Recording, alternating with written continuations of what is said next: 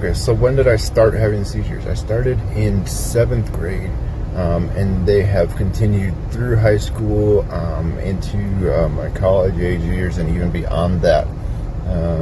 During high school, I was having a lot, and even after that, I was having as many as 13 in a day. They are fairly well controlled now, to the point where in the past 10 years, I've had 3 seizures.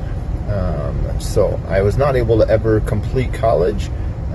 I took 1 semester of classes, but I ended up not being able to pass my classes just because of the inability to focus and stuff like that because of the seizures and all the short-term memory loss that comes along with that.